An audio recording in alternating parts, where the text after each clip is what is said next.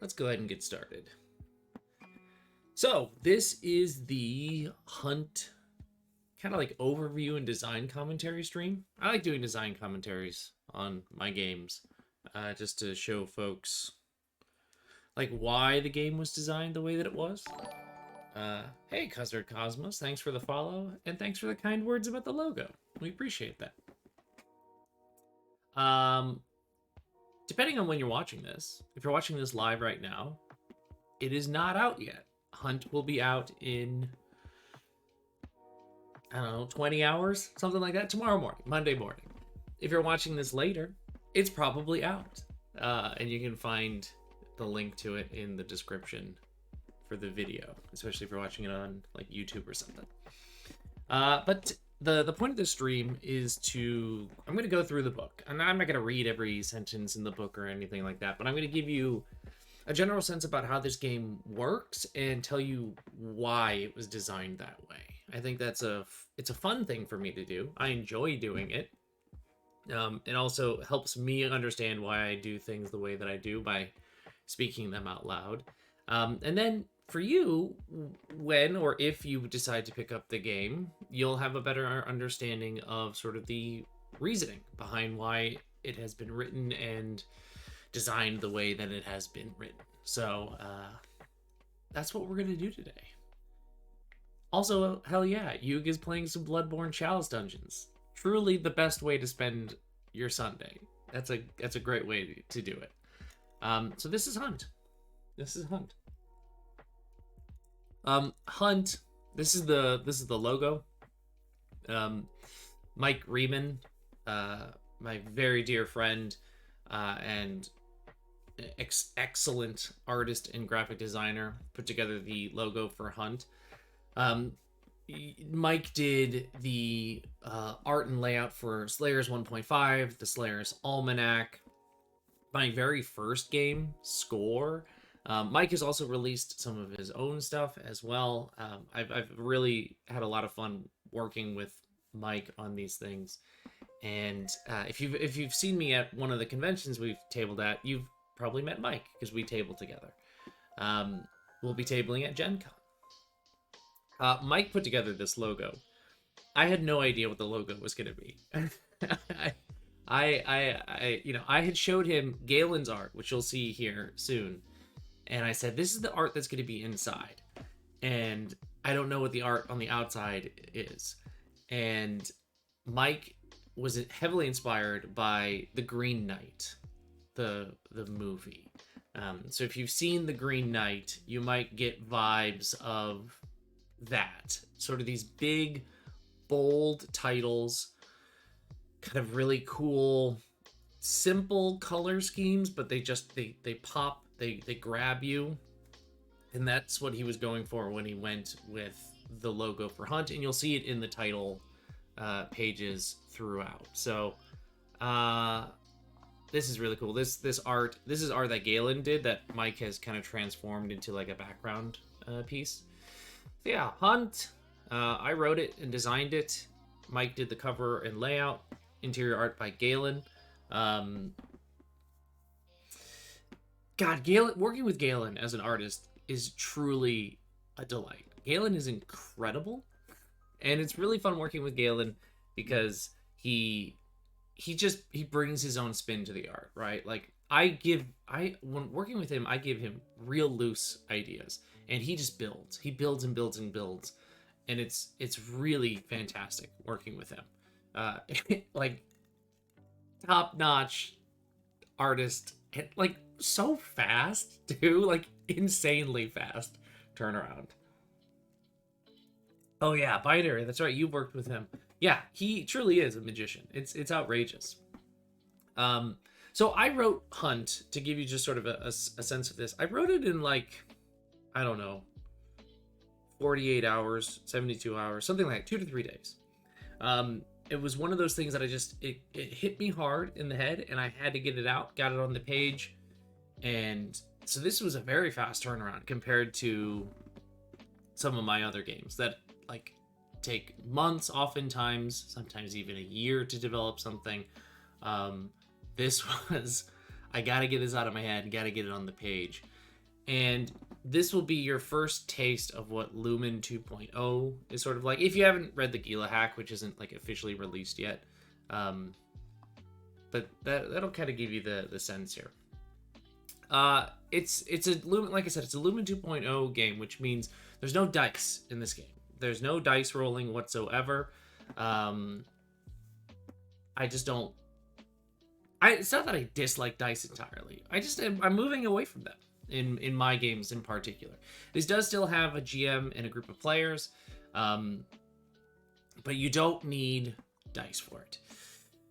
It's a one-shot designed game too, which is an important thing. This game is specifically designed to be played one and done, and then you've told the story of these knights. Now, it doesn't mean that you can't play the game a second time. You can. It's just a different order. It's a different collection of knights. There's no like character advancement or anything like that, which, just to kind of step away from Hunt for a second here, is something that I've been really excited to explore, the space of not having character advancement in games, or all of my games. Gila Hack obviously is going to have lots of it. It's going to be my big game. But I've after doing this and doing Null, these sort of like streamlined experiences, which is this game is designed to have this experience. This is what it exists for. And that experience can be done in a single session. Is like super tempting to me.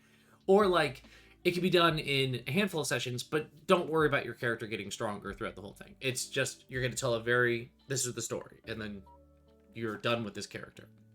You set them aside, and you can play the game again. You're just a different character. I really, really, really like that idea quite a bit.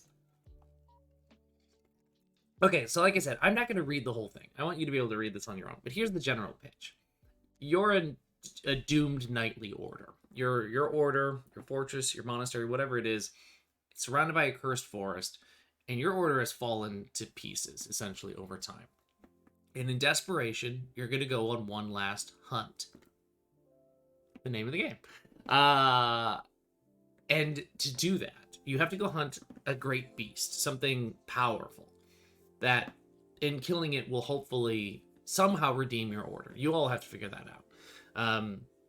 But to do that, you have to essentially wield these weapons that your order agreed a long time ago never to wield again.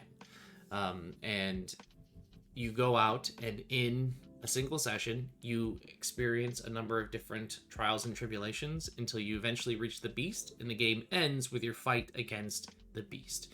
And how you did in the previous scenes and how many knights there are is going to shape what that beast looks like when you finally face it. So that's the pitch. So, how does it work? If you have seen the Gila hack, you have a general sense about how the core mechanic of Lumen 2.0 games work. It still is the attribute system, which you might be familiar with from Lumen, but we've changed the name to approaches because it just feels better.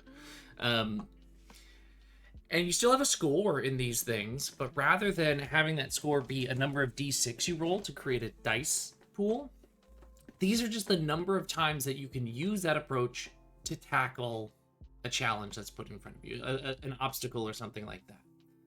So anytime that you want to try and do something, you can either do it with valor, haste, or guile. Strength, speed, smarts, essentially. And as you do these things, as you use up all of your valor or all of your guile, your body starts to get tired, right? You start to get less able to probably do that thing. You burn out. And so you mark the uses of these approaches each time you do it. And then once you've used up an approach, it's not that you can't use that approach anymore. This is where the idea of complications come in. So anytime you want to do something and you don't want to mark an approach, or you don't have the approach to mark, the appropriate approach, a major complication is added. Something pretty terrible is added to the situation. You still accomplish what you wanted to, but you've pushed yourself and you've pushed your luck, and the forest will fight back. You can also mark a different approach than the one that is kind of called for or most appropriate, and a complication still occurs. It's just a minor one, maybe not as bad. because this is a one shot and I wanted to make things smooth and quick, we just have it as every knight has a score of 5 for each approach. So you're not actually going to be doing like a point buy where you're setting the approaches yourselves. You just have 5. So you know, this is how many times I can do these things throughout the session. I've already started talking to a couple of GMs who are interested in playing this on some streams, and they were curious, like, you know, is it always like an approach handles a problem entirely? And no, not necessarily, right? Like, challenges can be things that require multiple approaches to be used at the same time, or stages of success. And so it is more of this Lumen 2.0 concept is more a game of resource management and attrition rather than luck and chance being the thing that dictates your success, right? You are going to get worn down when you go out on these adventures, be you knights in Hunt, be you adventures in Gila Hack, the Corvus in the Flock game that I'm working on, right? You're going to get worn down. And as you get worn down, you're less able to do the things that you had been able to do at the start of the mission. And eventually, if you push yourself, there's going to be consequences to that. And that's the core premise of Lumen 2.0, and thus the core premise of Hunt. There's advice on complications, you know, if you're into that sort of thing. The approaches seem like tool gadget bags, where running out means you have to jury rig. One-shot games about shifty electricians when... Yeah, that's a great way of thinking about it, right? You could relabel these approaches with your own Lumen 2.0 thing with any kind of vibe that you're going for. And yeah, it could absolutely just be the using up of your resources, your tools, whatever it is that you have on you. In this case, these are the wearing down of the speed, endurance, and minds of the knights themselves. So how does combat work? It's a Lumen game, so isn't it supposed to be combat focused? No, not really, not until the end. The way that Hunt works is that if any mundane forest creature comes at you, like a bear or a wolf or a weird little goblin dude, you can just kill it. You can just say, I kill it, and it's dead. Your weapons are that powerful. The problem is, all of these weapons have consequences every time you use them in this way. And so you have to decide, do I want to suffer that consequence, or should I use my approaches? Should I try and think of another way of handling this problem rather than just violence immediately? Because we're really good at it. We're trained knights. But these weapons want us to use them. And so if we use them, it's going to be bad. So that's how most combat works throughout the game until you reach the end, and then you fight the boss. And then it turns into a Lumen combat system that I think, if you're familiar with that system, will look a lot more familiar. So, your knights, you got health. Everybody has 8 health. I did just like flat values for things with this game. Because again, one shot. I don't want to spend a lot of time point buying into resource health, approaches, all that sort of stuff. I just want you to just go and do these things. Your knight is determined essentially by 2 things, your oath and your weapon. The oaths are these things that essentially are your role in the order. The Oath of Stone, for example, if you're a member of the Oath of Stone, you look kind of like this or something like this, and you are literally the foundation of the order. You will over time start to turn into statues, into the statuary that kind of decorates and guards the fortress, and you awaken when it's time for a hunt. Now every oath also has 2 things that you get when you choose to have this oath. One is an ability. So for the Oath of Stone, if you stand perfectly still for a moment's time, your skin hardens and you become invulnerable to the forest's mundane dangers and creatures, right? So you are not meant to be hurt by the mundane aspects of the forest. The unnatural parts, they can get you, but like wolves, you're like whatever, and you just turn into a statue and the wolves can't get you, and then your friend knights can handle the problem. And then you also get, and you could just use that throughout the whole time as you're journeying through the forest. And then you get a power, and this power is going to be something that you can only use in the fight against the beast. This is something that you will be able to to call upon. And for the Oath of Stone, you choose some spaces on the grid, and nobody can move through them. This is going to be helpful for blocking the beast from maneuvering in ways that can just wreck you all. Because one thing you'll find when we get to the B section is the GM is way more active in this game than most Lumen games, or at least the Lumen games I've played. So you want to be able to kind of box them out. Yeah, isn't this like really, really nice? The art is fantastic. So this is the art that Galen did. Galen did 4 pieces of art for the knights, and then 5 pieces of art for the weapons. So yeah, the Oath of Stone was the second one I came up with, I think, in terms of the knights. Oath of Sky, I love this one. I think this one's great.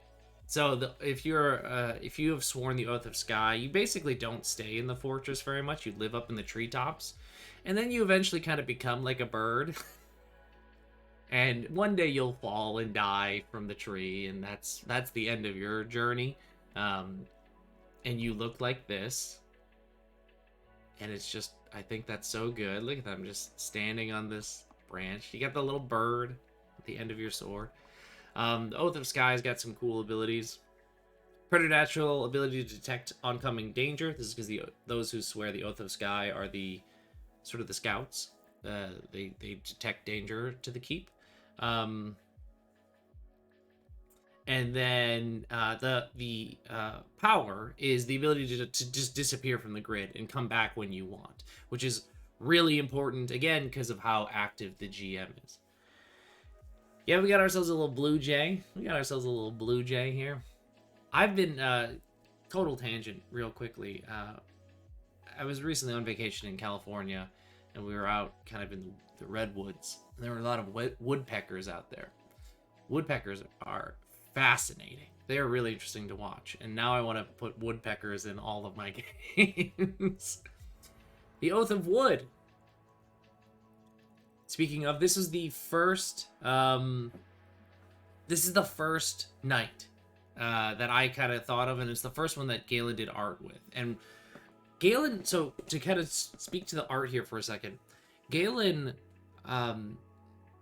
proposed to me to kind of take this in a different direction, because we had already started working on some stuff for Nova stuff, some Nova projects, and I was going to just kind of continue on in that style. And then Galen kind of proposed this, the sort of watercolor washed vibe, and sent this to me. And instantly I knew this was the right call, was to let Galen take control and just go with it. So this is the knight that has sworn the Oath of Wood. These knights essentially wander around, attuning themselves to the stories of the forest, and then they turn into trees. At some point, you will become a tree. Of course, these ends are all for knights who don't go get killed by a beast. You might get killed by a beast and hunt instead. You never know. The trees will always guide you, although it's not clear what it is that they want you to do. And this is the healer, to a very small extent. But you can always heal yourself or heal any other knights that are around you a little bit. I love this art. I think this art is just gorgeous, right? The Oath of Echoes is the weird one. Here's your Oath of Echoes art. You can see that they have some sort of stringed instrument on their back. The weird, like, eyeball-looking jewelry across the blindfolded mask. Oh my god. It's just so good. It's outrageous how good this is.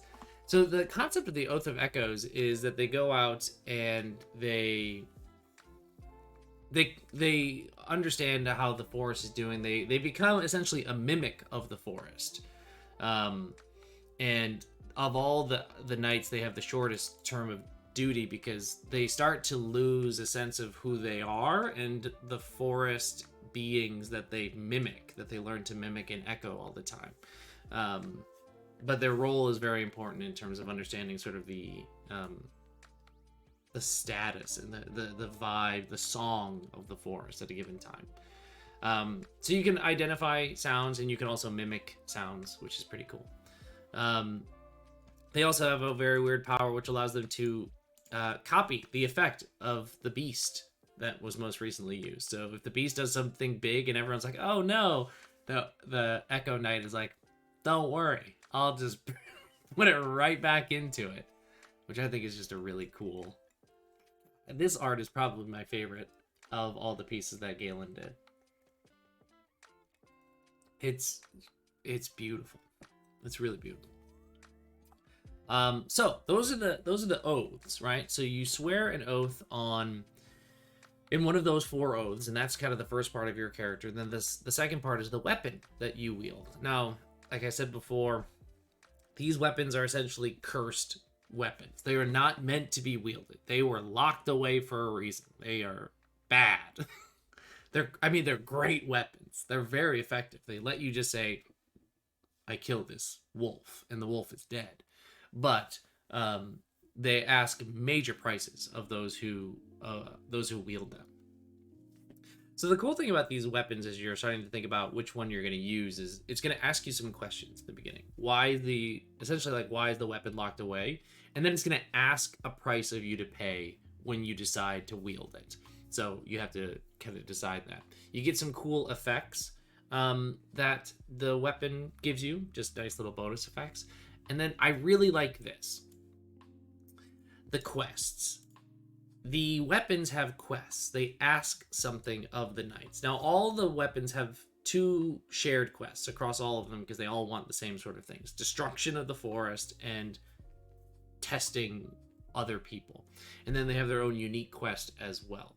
And these tests are important because at the end, when you face the beast, the number of total failed quests, meaning quests that you didn't accomplish across the whole party, boosts the beast. So you really need to lean into the things that the weapons want from you. Otherwise, if you all just sort of ignore the things that these weapons ask of you and you get there, the beast is going to be incredibly powerful because it just gains all of these failed quest boons. And you'll see them when we get to the beast a little bit later. So these aren't even necessarily for your own benefit. They are for the prevention of the beast being that much beastier at the end, which I think is pretty cool. This is also primarily where you're going to get your powers.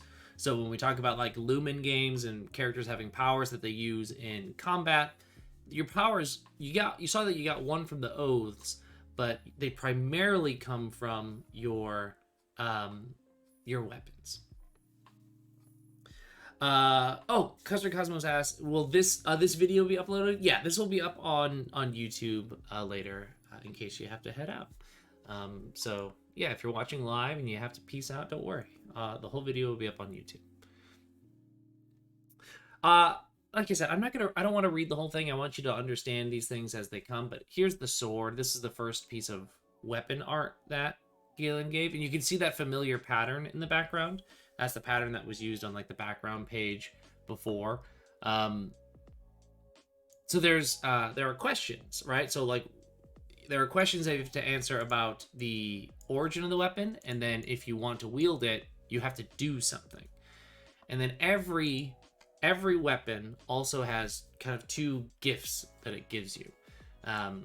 You can always cut through an obstacle of the forest. When you do so, there's always collateral damage. So anything that just, like, if there's just a wall of trees in front of you, you can just be like, gone. But something bad happens because of it. And like I said, every weapon always has the ability to just kill mundane creatures of the forest, but there's a cost. So if you use the sword to kill a wolf, for example, when you do so, a small part of you or a large part of a party member slices cleanly away. So you just start to fall apart if you decide to use this to kill animals. So this is, again, kind of trying to push the knights towards using their approaches when they face threats rather than just using the weapons again and again and again, because there will be problems if you do that. The sword was the first one that I came up with, and then kind of going from there, I came up with a spear. Oh wait, I guess there's the other things. Here's the quests. Test the mettle of your fellow knights. Strike back against the forest through desecration or destruction. So these are the shared quests for all the weapons. And then sever a Spirit of the Forest connection with the woods. What does that mean? That'll be something that you have to discover through play. And it might be a challenge that shows up in the future. And then here are all your powers. These are going to look very Lumen-esque if you've seen Lumen games. They got ranges, they got effects, and these are the things that you kind of just keep pushing the button to do while you're fighting the beast.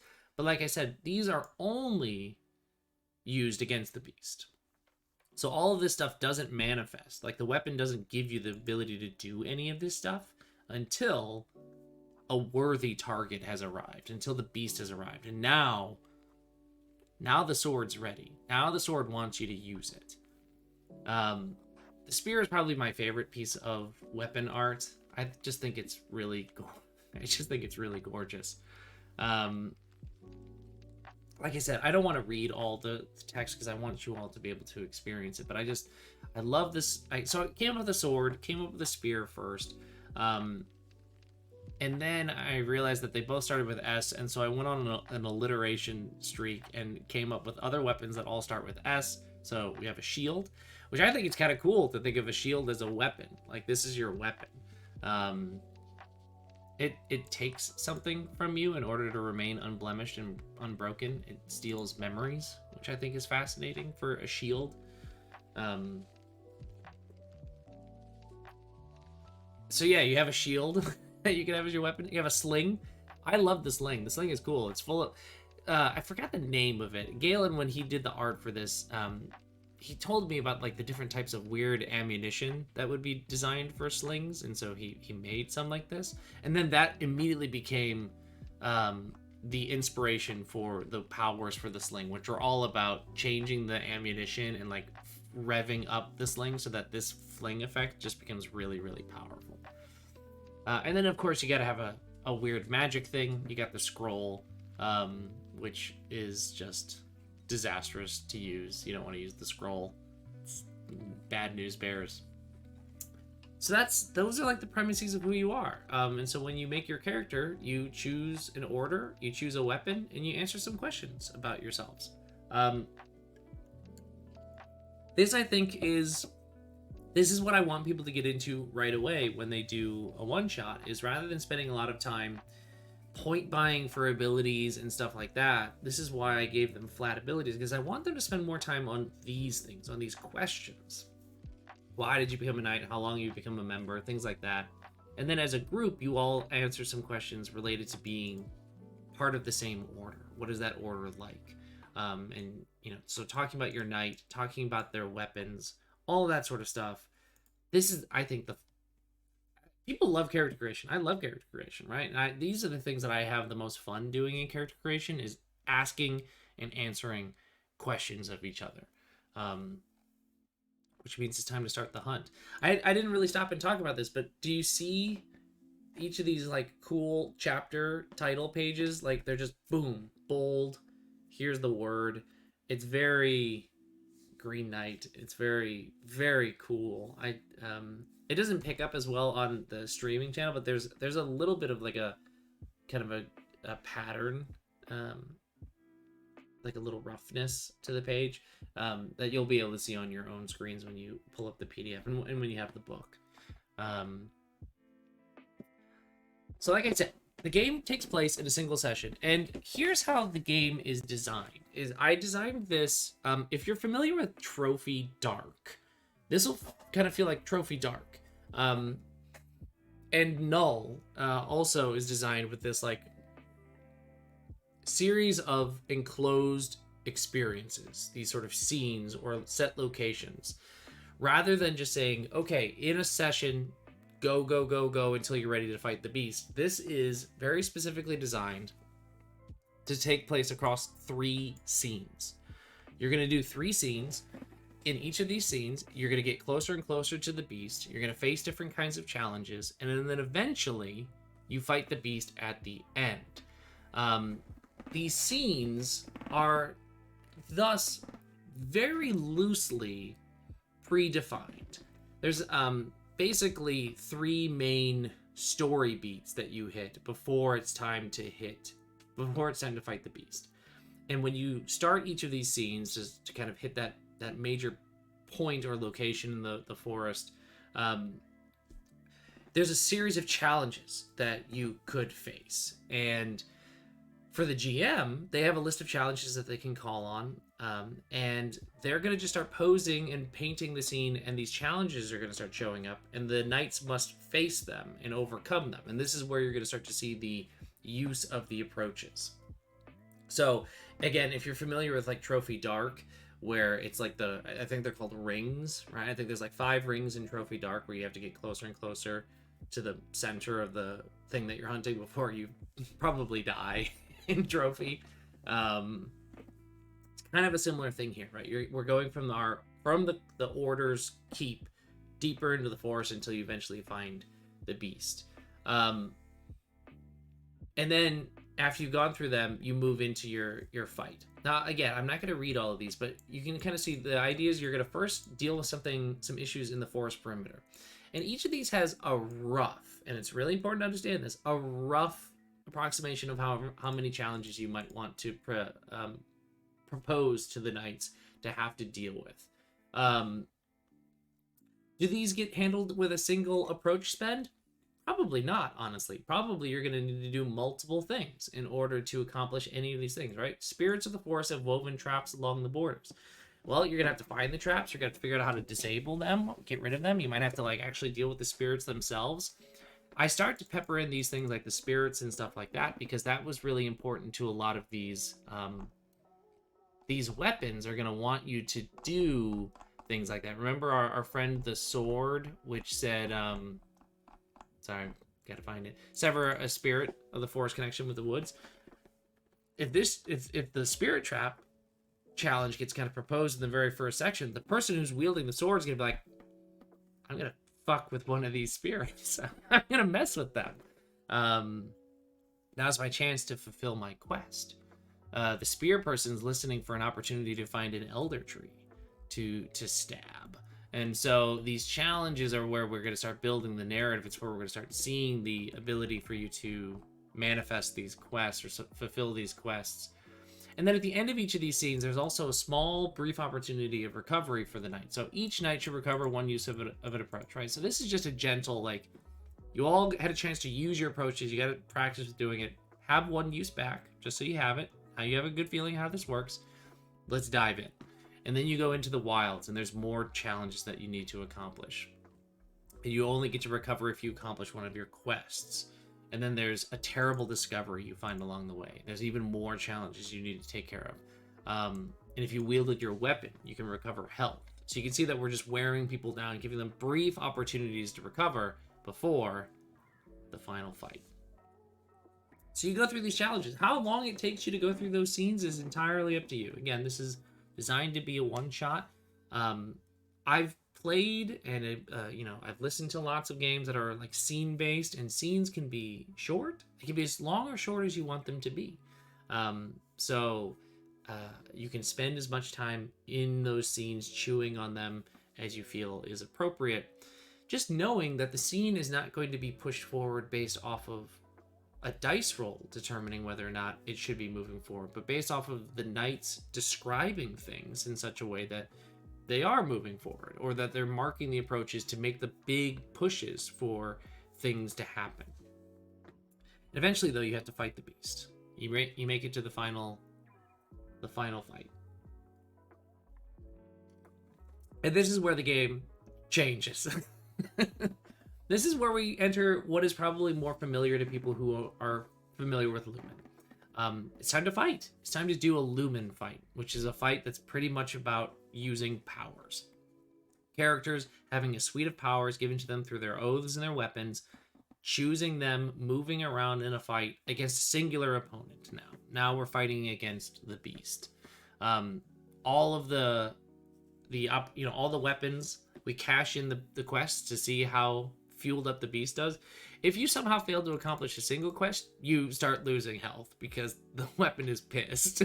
And your soul is going to be consumed by the weapon. But otherwise, All the other failed quests are going to grant strength to the beast. The rounds and turns in this work a little bit different than a normal Lumen game, where in a normal Lumen game, all the players go, and then the GM turn happens where they activate as many like enemy units as they want. Because it's just a singular enemy, the beast acts after every single knight. So a knight goes, any knight wants to go first, they go first, and then the beast goes. And then any knight that wants to go next, then the beast goes. And we do that until all the knights have had a chance. So the beast is acting a lot. That's a shift from usual Lumen games where you're only, as a GM, doing stuff after the knights have done all their stuff, or all the players have done all their stuff. Primarily, the knights are going to just be moving around, using powers, and maybe doing some approaches stuff. You'll notice here there's also another big deviation from from Lumen games, in that we have a grid. I like the grid here in particular just for this. Mike did a cool little piece of art for the grid. It's all orthogonal movement. I'm going to try and just make orthogonal movement a normalized thing. I do it in Rune. I do it in Reap. I have it here. I would just want more people to know what orthogonal means. So I'm putting it in all my games. This is an example of a fight, right? You can see this giant ass beast and then the possible knights moving around. To use your powers in this game, you don't spend a resource. So there's no resource in this game, which is very different than Lumen games. Most Lumen games where you're managing a resource, because it's one fight. It's just one fight. So I don't really care about tracking your resources. It's only one fight where you're using your power. So it is more about managing your health as a resource than anything else. So we don't have the concept of the resource that you spend, like fuel in Nova or stuff like that. You can always just use your powers. You just can't use the same power more than once in your turn.